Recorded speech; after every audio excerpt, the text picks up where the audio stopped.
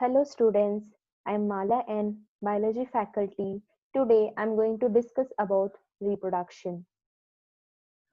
Learning objectives are introduction, types of reproduction, asexual reproduction, sexual reproduction, under asexual reproduction, fission, budding, spore formation, regeneration, fragmentation and vegetative propagation.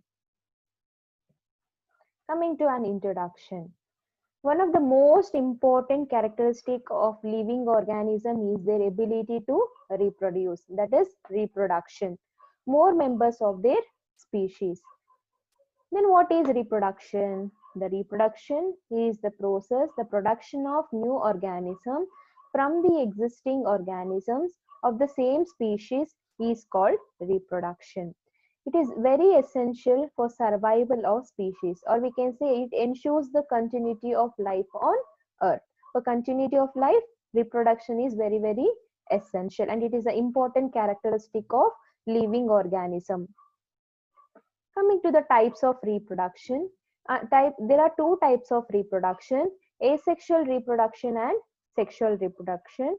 Coming to the asexual reproduction, the production of new organism from a single parent without the involvement of sex cells or gametes is called asexual reproduction. In the asexual reproduction, only one parent is involved in giving birth to the young ones, or they produce the new organism.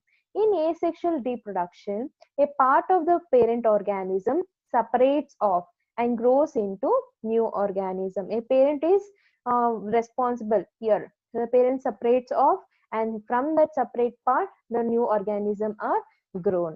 Such type of reproduction we call it as asexual reproduction. Examples are binary fission in amoeba, budding in hydra. Coming to the sexual reproduction, the production of new organism from two parents by making use of their sex cells or gametes is called sexual reproduction. Means here two parents are involved and the sex cells are used here for producing the new organism. Two parents, that is male and female, have special organs in them which produce gametes. Gametes are nothing but sex cells. Example, frogs, fish, humans, etc. Coming to the asexual reproduction, today we are mainly focusing on asexual reproduction. Asexual reproduction are of following types. First one, fission, budding, spore formation, regeneration, fragmentation and vegetative propagation. Let us study in detail with the help of example. First one, fission. As a word, fission tells that it is a splitting off. Here you can see during cell division, many organisms split or break into two identical offs, leading to the creation of new organism. By splitting of an organism, the new organisms are created. Such type of reproduction we call it as fission. There are two types, binary fission and multiple fission. Bi means two. If the splitting of a parent organism into two new organisms, we call it as binary fission. If the parent organism is split into many new organism at the same time is called multiple fission. Let's look with an example. Coming to the binary fission in amoeba. In amoeba, you can see the binary fission or even you can see multiple fission also. But now we are going to study about binary fission in amoeba. Here you can see the diagrammatic representation. This is the unicellular amoeba. Here amoeba consisting of a nucleus and cytoplasm.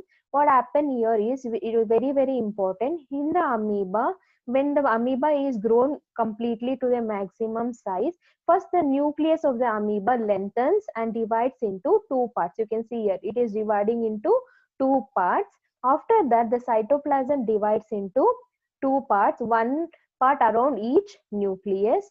In this way, one parent amoeba divides to form two smaller amoebae. We call that as daughter amoebae. Here, daughter amoebae. Okay, this is what about the binary fission in amoeba. Coming to the multiple fission. In multiple fission, it is also an asexual method of reproduction in organism. In multiple fission, the parent organism splits or divides to form many new organisms at the same time. This happens as follows. Here you can see that the example which I have taken is Plasmodium. Plasmodium is a in organism, right? In single cell organism like Plasmodium, a cyst is formed under unfavorable condition. Here you can see this is the Plasmodium diagram. Inside the cyst, the nucleus of the cell splits into several times to form many smaller nuclei. This is a single nucleus you can see here. Under unfavorable condition, it splits into many nuclei, that is daughter nuclei. When the favorable condition arrives, the cyst breaks open and many daughter cells present in it released, forming a new organism. This is what about the multiple fission in Plasmodium. Next, we'll study about budding. Budding is an asexual method of reproduction. In budding, a small part of the body of the parent organism grow out as a bud, which when detached and becomes a new organism. Here what happens? Here the buds are formed in the parent organism. When this bud grows to a maturity, it detaches from the parent and becomes a new organism. In Hydra, this is the diagram of Hydra.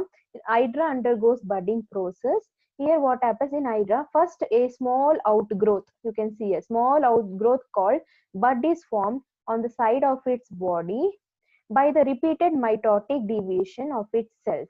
This bud then grows gradually to form a small hydra. You can see small hydra by developing mouth and tentacles. Mouth and tentacles. And finally, the tiny new hydra detaches itself from the body of parent hydra and lives as a separate organism. Here you can see separate organism. This by the process of bud, the organism is reproducing, right? So such type of reproduction we call it as budding. Next, we'll move on to spore formation. Spore formation is the sexual method of reproduction. The parent organism produces hundreds of microscopic reproductive units called spores. When the spore of the organism bursts under favorable condition, they germinate and produces new organism. Okay, here I have taken the example of Rhizopus bread mold, common bread mold. Here, the common bread mold reproduced by this spore formation method. The common bread mold consists of fine thread-like projection called hyphae. You can see here, thread-like projection called hyphae. The thin stem having knob-like structure called sporangium. Sporangia, you can see here. Okay, and minute spores enclosed in the spore. This minute pores present units called pores. And you can see here, this is the diagram of Rhizopus. When the spore case bursts, the tiny spores are dispersed in air. These spores are asexual reproductive units which can produce more bread mold under suitable condition. Next, we'll move on to regeneration. Regeneration is a process of getting back a full organism from its body parts is called regeneration. In some organisms, small cut parts of their body can grow to form whole new organism, complete in all respects. Is nothing but regeneration. If I have taken example of planaria here, if the body of the planaria somehow gets cut into number of pieces, then each body piece can regenerate into a complete planaria by growing all the missing parts. Okay, so it comes under regeneration process. Next is fragmentation. The breaking up of the body of a simple multicellular organism into two or more pieces on maturing, each of which subsequently grows to for a complete new organism. Here the breaking parts has a capability to grow into a new organism. Such type of reproduction we call it as fragmentation. Here I have taken the example of Spirogyra. Spirogyra reproduces by the asexual method of fragmentation. A mature Spirogyra filament is undergoing fragmentation to produce new Spirogyra. This new Spirogyra will mature in course of time and break again to produce even more Spirogyra. and this process of reproduction goes on and on. Next, we'll be studying about the vegetative propagation. It occurs only in plants. New plants are obtained from the parts of old plants, old plant parts like stem, roots, and leaves without the help of any reproductive parts. Such type of reproduction we call it as vegetative propagation. Here I have taken the example of potato and bryophyllum for vegetative propagation. Let me explain in detail. Let's coming to the potato. You can see the eyes on the potato, right? This is the case or eyes on the potato. It is not necessary to the plant whole potato tuber in the ground to produce new plants. We can cut pieces of a potato tuber in ground to obtain new plants. But all these cut pieces of potato tuber should have a bud or eye. You can see, right? This eye should be there in each potato tuber. Then if we grow in the soil, we can expect the potato plant. Next example is bryophyllum. You can see the buds here on the margin of the leaf, right? These are the buds formed in the margins of the leaves. Buds are present on the stems as well as on the leaves, which can develop into new plants. Within a week of time, these buds are formed and we can expect the new plant. These buds present at margin of leaves and for margin or stem falls on the ground, and then they grow into a new plant. Okay, that capacity this biophyllum buds have. Okay, this is how the vegetative parts of the plant have capability to produce into new plants, so, and by the process called vegetative propagation. Thank you.